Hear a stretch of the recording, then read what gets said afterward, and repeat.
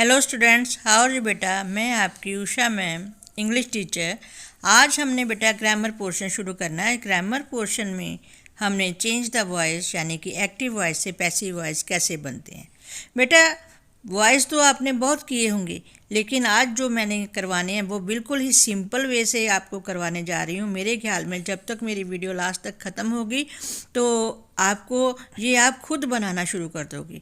तो मेरा वे जो है बिल्कुल ही इजी है, सिंपल मेथड है और आप, मुझे आशा है कि मेरी वीडियो को आप लास्ट तक देखेंगे और तभी आपको ये वॉइस बहुत अच्छी तरह से समझ आ जाएंगे। बेटा सबसे पहले ये है कि जो भी बच्चे मेरी वीडियो देख रहे हैं वो मेरी वीडियो को लाइक करें, शेयर करें और मेरे चैनल को सब्सक्राइब करना मत भूलिए। और जितनी भी मेरी वीडियोज़ हैं वो हमारी प्लेलिस्ट में अवेलेबल है और उनके जितने भी PDF है क्लास वाइज सबके, वो हमारी वेबसाइट में और वहाँ से आप देख सकते हैं। आज हम ग्रामर पोर्शन शुरू करने लगे हैं। ग्रामर पोर्शन में एक्टिव वॉइस से पैसिव वॉइस कैसे बनती हैं। सबसे पहले आपको ये बात बताना चाहती हूँ कि टेंसेस में कितने टेंसेस होते हैं बेटा? 3, यानी प्रेजेंट, पास्ट और फ्यूचर। बेटा प्रेजेंट, पास्ट और फ्यूचर इनकी आगे कितने होते हैं? 4 कैटेगरीज होती हैं। तो टोटल टेंसेस कितने बन गए हमारे? 12। अब जब भी ये मेरे ख्याल में कभी किसी ने नहीं बताया होगा आपको कि 12 टेंसेस तो टोटल होते हैं हमारे, लेकिन इनमें से 4 टेंसेस ऐसे होते हैं जिनके कभी भी वॉइस नहीं बनते और बाकी रह गए कितने हमारे? 8 टेंस और इनके ही एक्टिव वॉइस से पैसिव वॉइस बनते हैं। अब जो जिनके वॉइस नहीं बनते वो कौन से? एक्टिव वॉइस से पैसिव वॉइस नहीं बनते बेटा, वो होता है हमारे सबसे पहले कि present continuous, future continuous tense. Future continuous tense के कभी भी, देखो मैंने प्रेजेंट का, पास्ट का बनाया लेकिन फ्यूचर का यहाँ पर कुछ भी नहीं है लिखा, तो फ्यूचर कॉन्टिन्यूस का कभी भी वॉइस नहीं बनता। अब है लास्ट के जो 3 होते हैं, प्रेजेंट, पास्ट और फ्यूचर परफेक्ट कॉन्टिन्यूस। इन तीनों के भी कभी एक्टिव वॉइस से पैसिव वॉइस नहीं बनते। यानी कि अब हमारे पास कितने रह गए? 8। अब जब भी वॉइस करने हैं, वॉइस करने से पहले हमें कुछ उनके रूल्स पता होने चाहिए, तभी हम इजीली वो कर सकते हैं। वो कैसे बेटा? Rules of voice. सबसे पहले अगर हमारे पास सब्जेक्ट प्लस वर्ब की फर्स्ट फॉर्म लगी हुई है, यानी कि प्रेजेंट इंडेफिनिट टेंस है, तो हम उसको is, am, are plus verb की थर्ड फॉर्म में चेंज करते हैं। और एक बात का ध्यान रखना है, जब भी हम एक्टिव वॉइस से पैसिव वॉइस बनाते हैं बेटा, तो हमेशा ही वर्ब की कौन सी फॉर्म लगती है? थर्ड। और ये ध्यान रखना, अगर वर्ब की फर्स्ट फॉर्म है तो इज़, एम, आर। अगर वर्ब की सेकंड फॉर्म लगी हुई है तो वाज वर प्लस वर्ब की थर्ड फॉर्म। और अगर हमारे पास सब्जेक्ट प्लस विल और शैल प्लस वर्ब की फर्स्ट फॉर्म है तो will be, shall be plus verb की थर्ड फॉर्म। और अगर हमारे पास प्रेजेंट कॉन्टिन्यूअस टेंस है, यानी कि यहाँ पर भी ING लगा हुआ है, तो ING को काट के हम क्या लगा देते हैं बेटा? बीइंग। अब चाहे इज़, एम, आर है, चाहे वाज, वर है, तो हमने क्या लगा देना? उसके साथ बीइंग लगा के वर्ब की कौन सी फॉर्म लगानी है? थर्ड लगानी है। और इसी तरह से हमने आगे, ये हमारा कॉन्टिन्यूअस हो गया और इसके बाद हमारा आता है टेंस परफेक्ट टेंस। चाहे वो प्रेजेंट है, पास्ट है, चाहे वो फ्यूचर है, तीनों टेंसेस में has, have, had, will have और शैल हैव ये लगे हुए हैं। प्रेजेंट में हैज़ हैव, पास्ट में हैड और परफेक्ट में विल हैव और शैल हैव। ठीक है। अब जब इनको हमने एक्टिव वॉइस से पैसिव वॉइस बनाने हैं तो हमने इनके साथ क्या लगा देना बेटा? हमने इनके साथ बीन लगाना है। और क्योंकि इनमें वर्ब की थर्ड फॉर्म ऑलरेडी हमारे पास है, तो इसलिए हमने वर्ब की थर्ड फॉर्म तो लगानी ही लगानी है। अब मेरे ख्याल में ये 3 जो 8 मैंने समझाए हैं, 8 आपके समझ आ गए होंगे।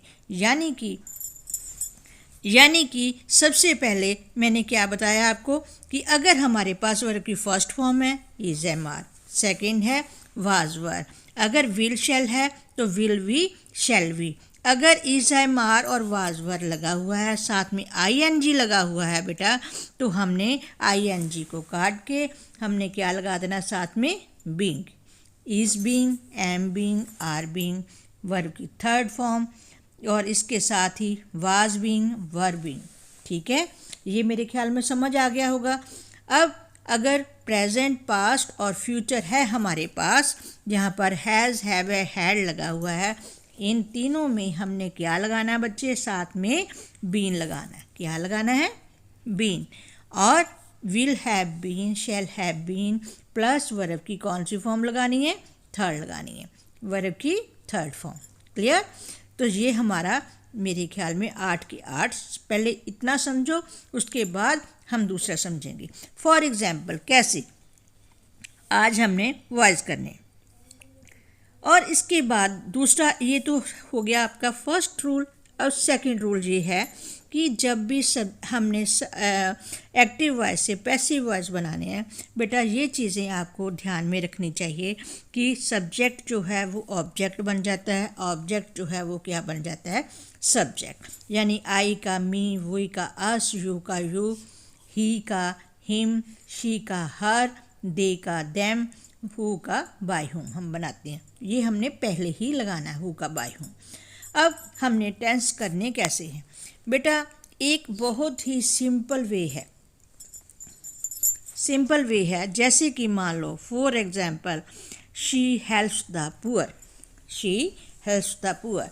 अब इसमें शी क्या है? शी हमारा है बेटा सब्जेक्ट, हेल्प क्या है? हमारा वर्ब की फर्स्ट फॉर्म, और द पुअर क्या है? हमारा ऑब्जेक्ट। अब हमने जब भी एक्टिव वॉइस से पैसिव वॉइस बनाना है तो हमने ये जो हमारे पास ऑब्जेक्ट है, ऑब्जेक्ट को हमने सब्जेक्ट की जगह ले आना है और सब्जेक्ट को हमने ऑब्जेक्ट की जगह ले आना है। और मैंने क्या बताया था, जहाँ वर्ब की फर्स्ट फॉर्म लगी हो वहाँ क्या लगाना है हमने? Is, am, are. अब जो द पुअर है ये कहाँ पर आ गया हमारा? आगे द पुअर आर। और हेल्प की हमने क्या बताया था? थर्ड फॉर्म लगानी है, तो हेल्प आ गया।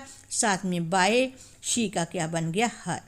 बेटा हिंदी में जैसे मैं कहती हूँ कि वह गरीबों की सहायता करती है, तो हिंदी में इसको हम वाच्य परिवर्तन कहते हैं, वॉइस को।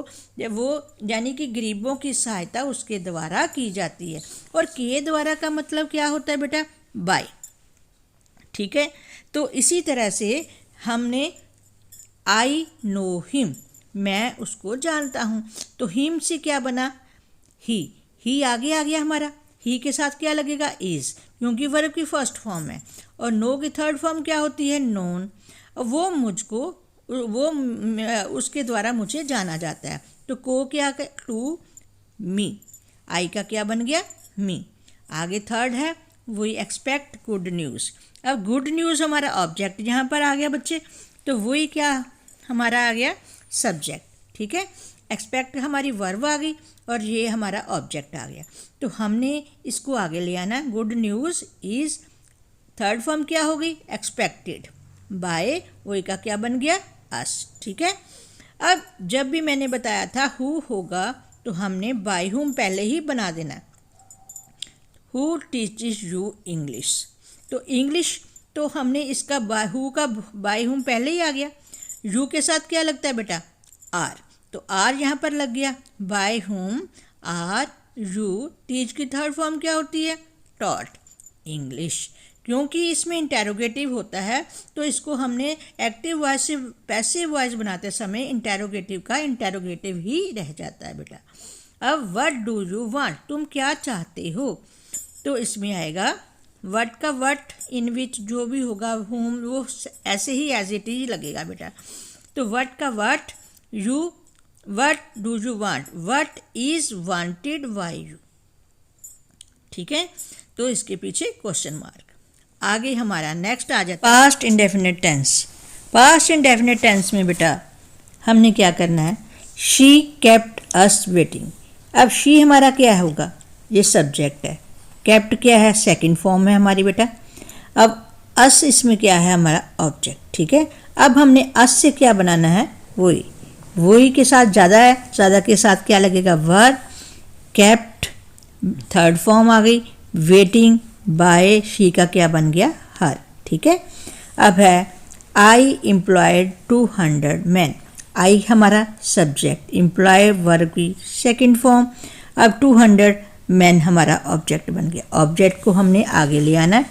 200 मैन ज़्यादा है इसलिए हमने वर लगाना है। इसकी वर्ब की थर्ड फॉर्म हमारी आ गई एम्प्लॉयड बाय, आई से क्या बन गया, मी। ठीक है। Did he give you anything, मैंने आपको आगे भी बताया कि अगर हमारे पास इंटेरोगेटिव सेंटेंस है तो एक्टिव वॉइस से पैसिव वॉइस बनाते समय हमने इंटेरोगेटिव को इंटेरोगेटिव में ही रहने देना है। अब यहाँ पर भी डिड लगाया, वहाँ पर हमने क्या लगाना है बेटा, वाज या वर। और अगर डू और डज लगाया तो हमने इज एम आर लगाना। अब यहाँ पर डिड लगाया, इसलिए हमने क्या लगाना है यहाँ पर, वाज या वर। अब यहाँ पर क्योंकि यू ऑब्जेक्ट है हमारा, ये हमारा सब्जेक्ट है और ये हमारी हो गई वर्ब। ठीक है। अब यू को हमने आगे लेके आना, तो हमारे पास यू के क्या साथ लगेगा, were. Were you given anything by, he का क्या बन गया, हिम। नेक्स्ट है who lent you this book. अब मैंने बताया था हु जहाँ पर भी लगा हो हमने उसका क्या बनाना है, बाय हुम। बाय हुम, अब यू के साथ क्या लगता है बेटा, were. By whom were you lent this book. Next है टेंथ है इसमें, I shall buy this pen. बेटा आई इसमें क्या है हमारा, सब्जेक्ट, और बाय इसमें क्या है हमारा, वर्ब। अब दिस पेन हमारा क्या आ गया, ऑब्जेक्ट। अब दिस पेन को हमने आगे ले आना, ये हमारा है फ्यूचर इंडेफिनिट टेंस। ठीक है।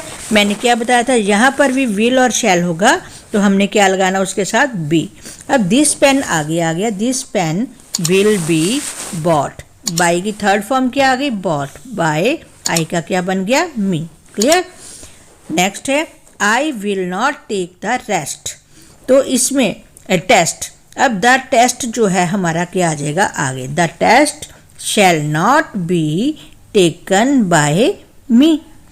आगे है will he not mend his ways. अब हिज वेज जो है हमारा आगे आएगा। अब इंटेरोगेटिव है तो इंटेरोगेटिव ही रहने देना है, तो इसके साथ क्या लगेगा, विल हमारा पहले लगेगा।